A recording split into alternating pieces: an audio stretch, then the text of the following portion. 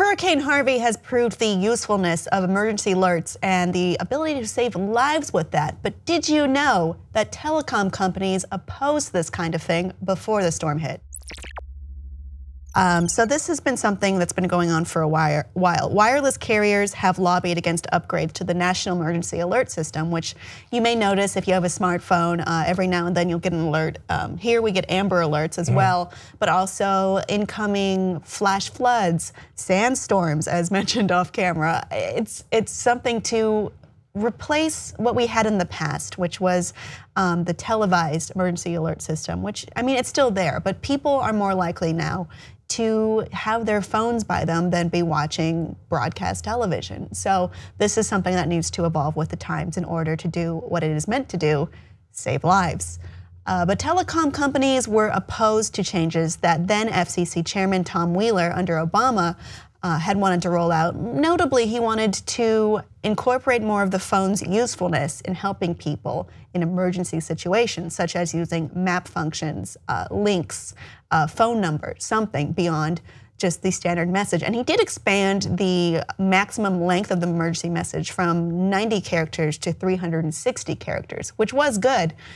But telecom companies didn't like this, and they said if there's too many people clicking links, it's going to overload our systems, it's going to be expensive, it's not going to work. Ajit Pai, for once, seems to be, it's not clear exactly what he's trying to do, but it appears that he's on the side of making these emergency alerts more useful. So that's good, but it's still kind of in limbo. Yeah, I'm not surprised that the telecoms are resistant to this. One, it costs money, and they hate spending money that they don't have to legally spend. Anything that cuts into their profits is not good. Right. And two, like the telecoms are already in the sub-basement of popularity in the grand scheme of America. We hate them. So they're all bad and they're all corporate. I don't care about emergency services and saving lives is like, yeah, obviously they're awful. They're the worst. None of them are standing up to say, no, we're going to spend the money to improve. Like they can all be awful because they're all awful together. The problem with this is that it's not mandatory. Right, it's voluntary. It's voluntary, and they, like you said, they don't want to spend money. And then companies like Microsoft and Apple have also opposed this. Because what are you going to do? How can you protest AT&T and Verizon and T-Mobile and all the other? Like, I can't take my phone and be like, oh, these guys don't want to improve their emergency service. I'm going to go with another carrier. Let's see who does. Oh, no one? None of them. Oh, okay. Bummer. Yeah. So this, I think it probably should be mandatory. It's how hard is it to say, hey, let's spend a little more money to stop people from dying unnecessarily? How hard is that? I mean, you think like, oh, you're so bleeding heart, compassionate. No, it's not. It's basic. And to put, whatever, I don't think it's going to be incredibly expensive. I don't think it's going to completely knock down their systems or bankrupt them to do this. I think it's incredibly greedy and incredibly telling that there's no desire to help people not die. Those people could give you money. And the storm doesn't care if you're a Democrat or a Republican. No. It doesn't care what color your state is when it swoops through and devastates communities. So I think this should easily be something that we're all on board with.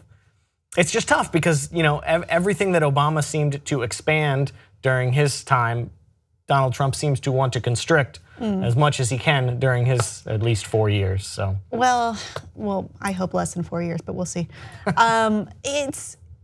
I think it's clear to me that it's just a balance between potential monetary gain or not doing that. So I think it needs to be mandatory for these companies to help. Maybe there's some kind of middle ground, instead of allegedly overwhelming the systems, maybe something a little bit easier in there. An option that doesn't involve using the map function or the location function, or even, no, that's useful though, see? It's super useful. I'm having issues. But like, also, like, so Ajit Pai seems to be doing the right thing, at least for now. But he's his idea hasn't been explicitly clear with that rather than making the telecoms push out these alerts, that the burden should be on the individual device to look for those alerts, like to search to see if their cell tower is in an emergency area, which just kills your battery life of the device. That's what Apple has argued. Yeah, so I mean, Apple, I'll loop in with all these telecoms right now that like are resistant to do anything that they don't have to do.